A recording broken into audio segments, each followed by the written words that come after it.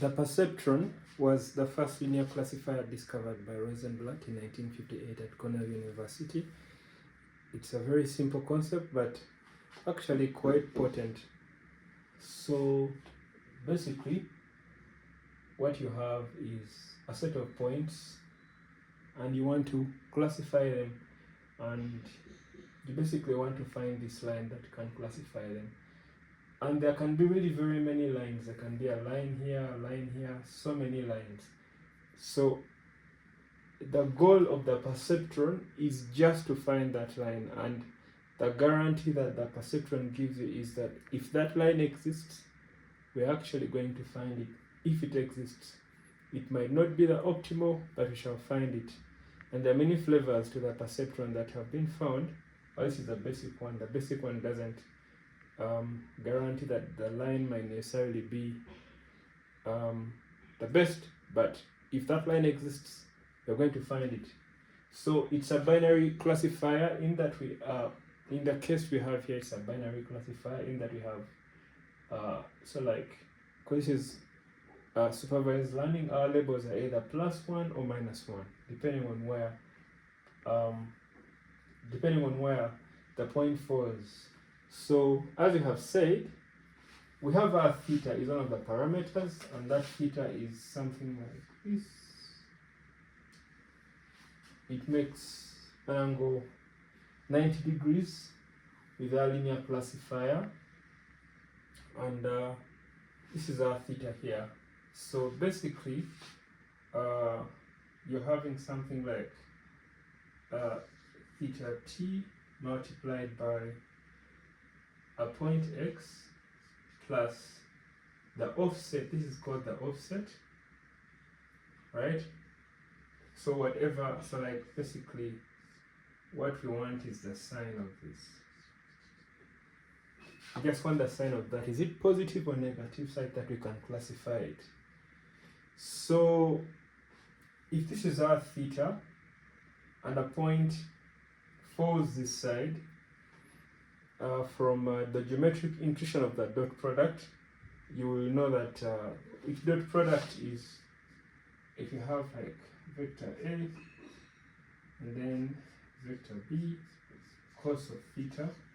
So basically, the cos of theta, any angle that's acute, it will be positive, and any angle that's greater than 90, it will be negative. As you can see, basically, if you consider these points as vectors, they will be making at least an angle less than 90, like with this vector here. That's why, yeah, they will give you something that's positive there. So basically, so that's really the idea. The idea is about, if you understand the dot product, this, the fact that the cos of theta, if an angle is greater than 90, it's basically going to be negative. And if a point lies on this specific boundary that is dividing the points, we're going to have 0. Like basically, this is actually just going to give 0, and in that case we also consider it negative. So we don't want points actually lying on the boundary, and that's actually very important to note. So here is the algorithm. You can write in Python. You can actually, this is so easy to actually transfer to Python code. You can use the NumPy library, and maybe, I mean, you can write, like, let's say if you wanted to write this in NumPy, this would be like a NumPy array, and so the perceptron algorithm always initializes the initial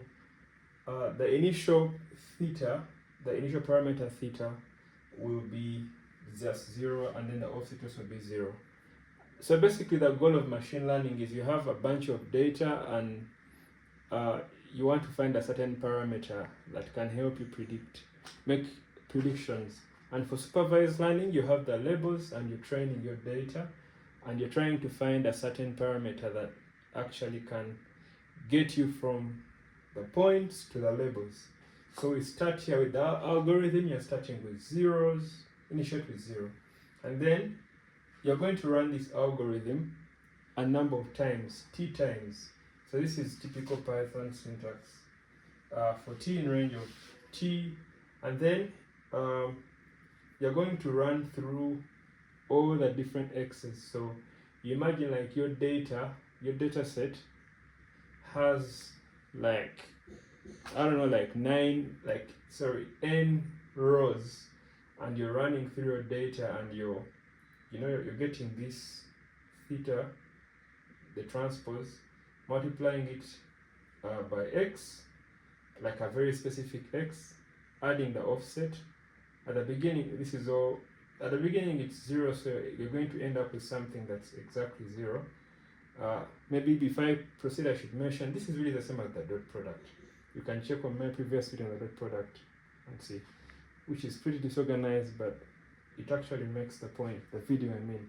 So like basically the Perceptron algorithm is you're going to go through a certain number of times, like t number of times, and you're going to just multiply the label, like the label multiplied by what you get here. If it's less or equal to 0, if it lies on the line, it's going to be 0. And you will see that, like, let's say if the label is -1, let's say the label is -1, right? This is your y, and then a point lies this side. If a point lies this side, the sign here will be let's say a point lies this side instead.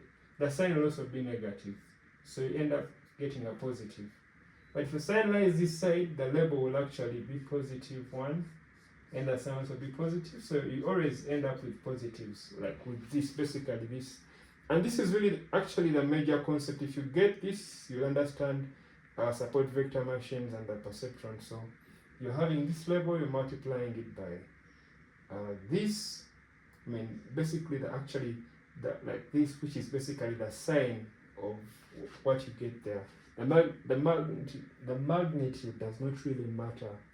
So if it turns out to be less than or equal to 0, we are going to update our theta, and our theta is going to be theta plus this, and then our offset is going to be updated just by that. So maybe if you want to understand why do we actually add on the theta, on the offset, this one, or you can call it the intercept, why do we only add y instead of also adding yx? Maybe let me give an explanation to that. It's pretty straightforward actually.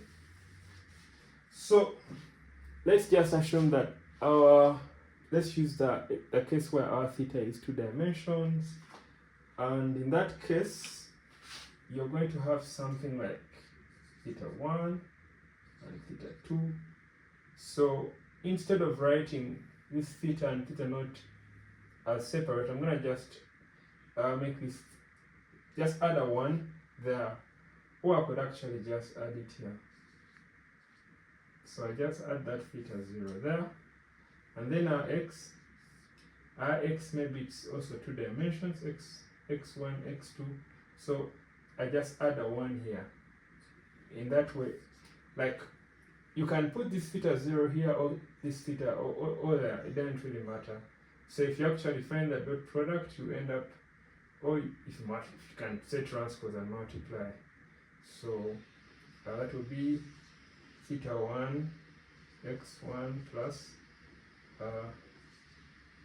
theta 2 x2 plus theta naught. You realize that this is really the same as this, because this is still just as though that third. This is, I mean, this theta 1 x1 theta 2 x2 is the same as the dot product of theta 1 theta 2 x1 x2, same thing. So in that case, let's say we had incorporated our theta 0 there, and in this case we are adding y.